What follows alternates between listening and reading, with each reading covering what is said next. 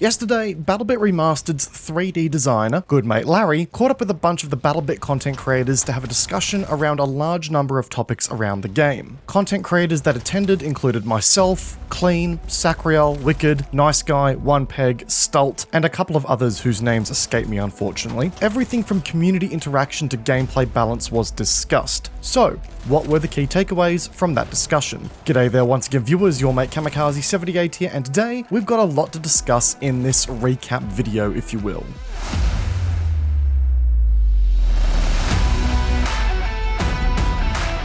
So folks, a bit of context, this was a 2.5 hour long conversation that occurred at 4 o'clock in the morning local time for me, and I missed the first 30 minutes or so of the conversation as a result. But thankfully, fellow content creator Clean was there streaming this conversation and was kind enough to let me use his stream to get some notes for this video. So a big shout out goes out to him. I've left a link in the description down below to the stream VOD of that conversation, given that we aren't going to be able to fit everything in this one video. So be sure to go check that out if you're so inclined. But nonetheless, I've done my best to compact 2.5-ish hours worth of conversation into a small YouTube video, so let's dive straight into it. And let's start off with a couple of the big ticket, elephant in the room style items that led to some really interesting discussion: weaponry balance and class balance. The developers are very aware that there are some clear discrepancies that need to be sorted out in due time. In the weaponry balance department, there's no denying that the Vector right now is overperforming when compared to the rest of the arsenal. And there was even a specific call out made for the AK-15 being a little too good right now as well by a couple of people. On the flip side of that coin, the AK-5C,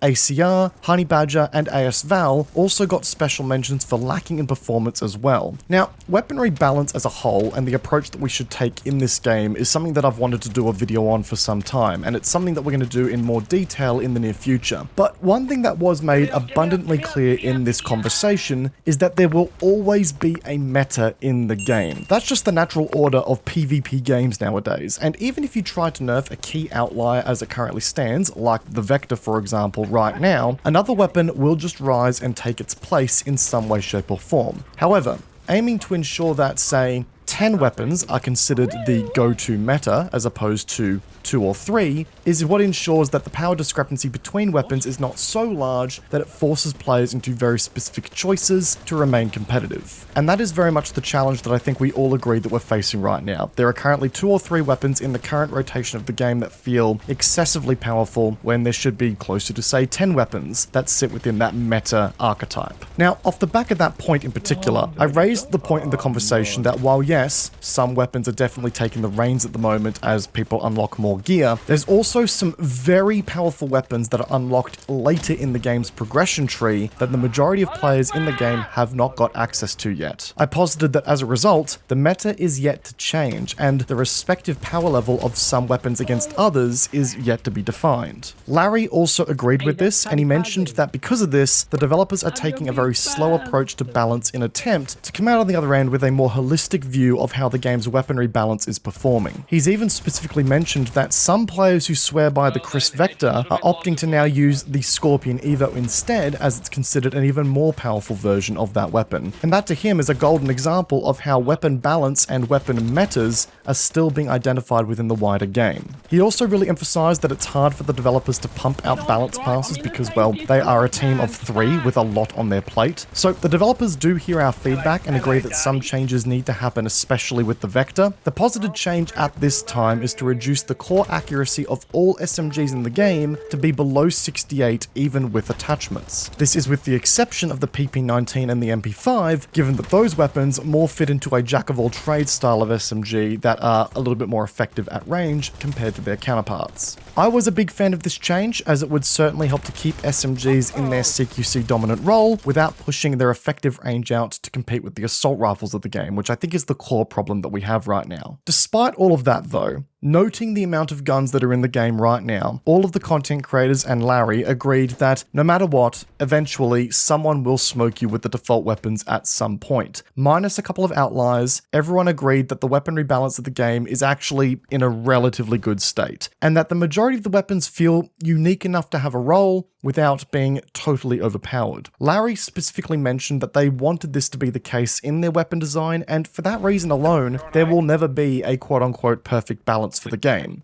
but more work can be done to crazy outliers. I thought we got some pretty solid conclusions out of this side of the conversation, that's for sure. Now, moving on, when it came to class conversation, some precedents were set very quickly that I know some people will be very happy with, and some will not be very happy with. First and foremost, the developers are not planning to nerf the medic. At this stage, it is the view of the developers that the other classes in the game should get some love to bring them to the level of the medic, rather than going the other way around. At this stage, the plans are to give all other classes additional gadgets and passive characteristics that help to give them a stronger sense of presence in the game. And if I read the room correctly, this was a universally agreed direction. There were a ton of suggestions that were floated around the room. Larry re-emphasized that barbed wire is coming to the support class as per previously announced, but other fortifications like spikes to deflate vehicle tires and mounted MG emplacements were also on the cards to be explored in the future for the support class. In addition, Larry is looking to get a few more launchers available to the engineer class, with lock-on launchers and AA missiles being something that will be considered later down the line. But that is also a long, long way away, and the game needs further work elsewhere to facilitate that addition. However, something that I was surprised to hear in this discussion was that the developers are very keen to keep the C4 gadget available to the medic class. After hearing their thoughts behind this, this appears to be a multifaceted decision at the moment. For one, the developers want to allow most, if not all classes, to have the ability to manipulate the game's destruction and environment, which is a stance I actually agree with. But what that does do, and this was mentioned by everyone in the conversation, is that it makes the medic a jack of all trades that can potentially deal with vehicles very effectively, sometimes better than that of, say, the engineer class. And that's on top of all the other benefits that the medic class carries already. Again, for a class-based shooter, it can feel like the medic can really handle a lot of the roles on the battlefield that would otherwise be delegated to some of the other classes. In response to that, I floated the idea that the C4's role be delegated to two separate gadgets as follows: a breaching charge that is primarily used for getting through walls and other cover on the map, available to the likes of, say, the medic and the support class, and then a shape charge that is primarily used for destroying tanks and armor, available to the likes of, say, the assault class, the engineer, and the recon. Something that would delineate the class roles a little bit whilst still giving people the option to play with the game's destructibility. But this led on to the second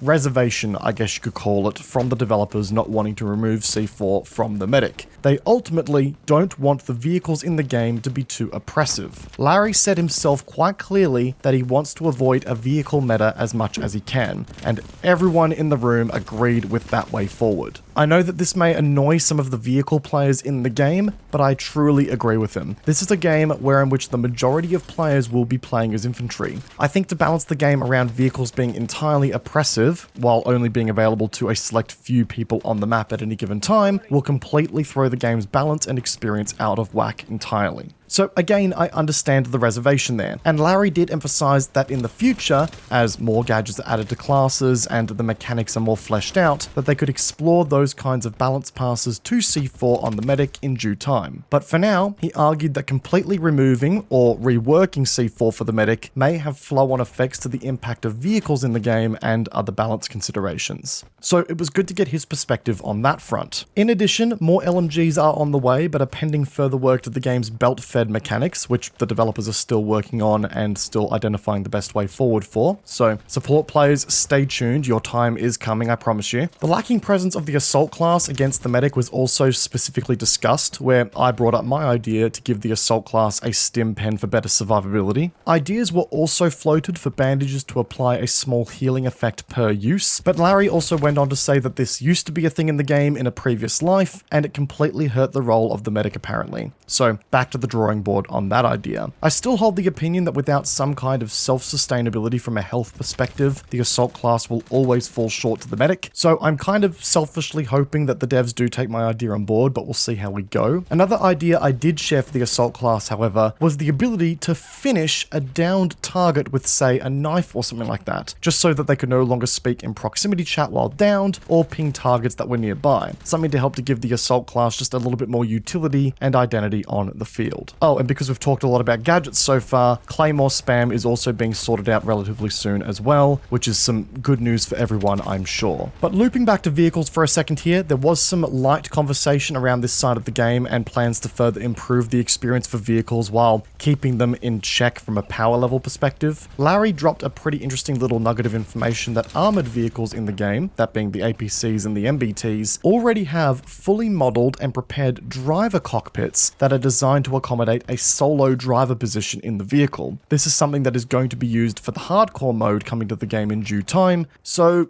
yeah, when that mode launches, vehicles will have a dedicated driver and gunner position, so prepare to work with your team, folks. In the more immediate future, a rework is also planned for vehicles that will see the following: coaxial MGs added to the APCs, tank commander positions getting a specific camera object on top of your tank that can be targeted from a heavy caliber infantry weapon like a sniper rifle or a DMR to disable the viewport of the commander. This mechanic can also be applied to the Crow's Gunner on certain vehicles in the future as well. Visual touch-ups are also coming to the vehicles across the board, and 2 transport trucks are also coming to the game, along with the attack boat that is also on the way. All of these sound like good ways to continue adding depth to the vehicle experience of BattleBit, while not making them insanely powerful weapons of mass destruction that dominate every lobby that they're in. Clean also put forward some ideas for the engineer class, being able to see the HP value of a vehicle they're in, and give engineers the ability to exit or enter vehicles at a faster rate of speed, which I really found myself liking. The group also raised with Larry that permanent damage that sticks to vehicles that requires you to return to base to repair is a little oppressive at this time and could use some further tweaking. Constructible forward repair stations and a heavy ammo crate available to the engineer that could resupply vehicles on the front line were also floated as potential gadget or deployable ideas to give vehicles more staying power on the battlefield for the long term, which I don't think is necessarily the worst idea out there. So obviously a lot of very interesting talking points about the game as a whole within this conversation, but Larry also used this as an opportunity to collect some feedback from content creators on how,